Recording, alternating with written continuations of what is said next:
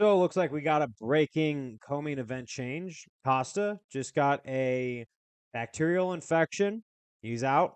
I think it was a built-in thing because I don't even think Costa wanted to fight Khamzat, to be honest, and I feel like Khamzat would have destroyed Costa. It was the perfect 185 pick for Costa because I feel like Costa just has been playing the publicity game ever since that Adesanya loss. Now, yeah, he beat Luke Rockhold, but Luke Rockhold's denial in the game is way worse than his jujitsu.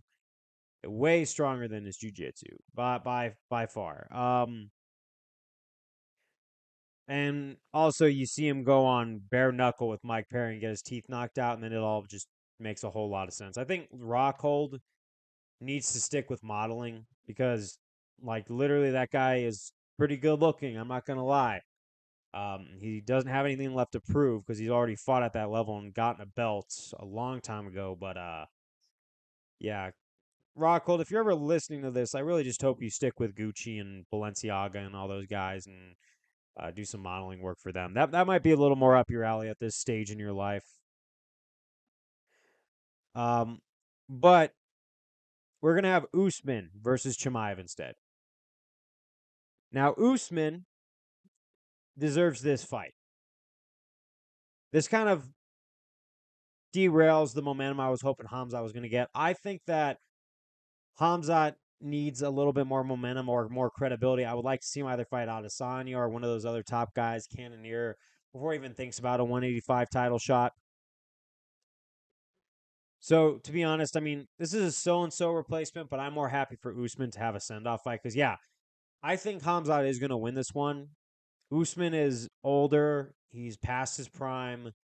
He was one of the best 170 champions we've ever had, hands down. But you see a guy start to break down, you know stories of how bad his knees are. But then he spends more time with his family, his wife, his kid. He goes out to eat. He does other activities besides fight. And then he realized that there's more to life than just wrestling, jujitsu, Muay Thai, etc. And there ain't nothing wrong with that. That guy's earned his money and he deserves every cent of it.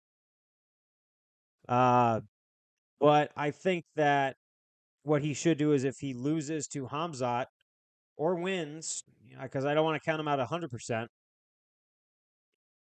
he should hang it up.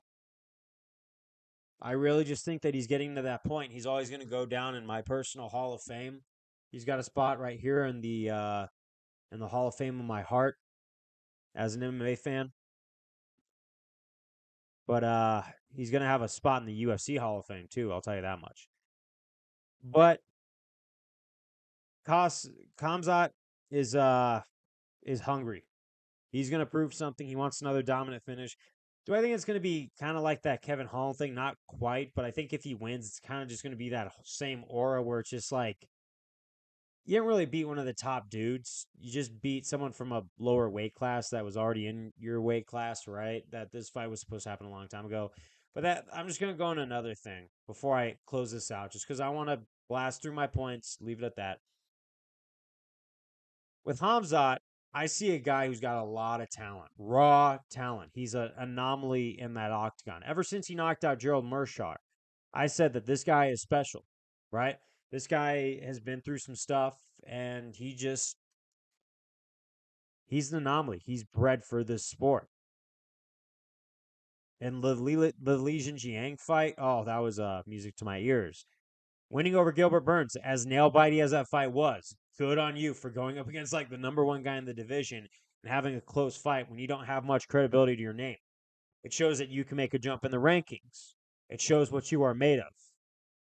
Then he does Kevin Holland, obviously, but it just left an odd taste in my mouth. And the fact that that fight was 11 months ago, it's just like, dude, you got to be more active.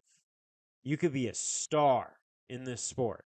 You really can. Like, you are fun to watch fight. You're a wild dude. You're just made for that death defying octagon. But before he gets a title shot, like, let's say he beats Usman, I hope they don't launch him right into a title shot because maybe like 2 months later, He could fight Cannonier or Adesanya or just one of these guys. Maybe even someone coming up too. Dricus Du Plessis. Who knows? Who knows? But I just need more credibility from Khamzat. I mean, he probably doesn't care what I have to say, and he's probably going to get a shot anyway. But I just would hate to see on the biggest stage a title shot, the hype train gets shut down. Because if that hype train gets shut down, then I think Hamza's going to realize that he didn't stay active. He didn't stay as active as he should have when having that gift. When you have that level of talent, there's no excuses. But that's what I got to say. Those are all my thoughts on this co-main. I'm excited to be a part of it. My pick, Hamzat's going to win this. But yeah, I will see you on the next one.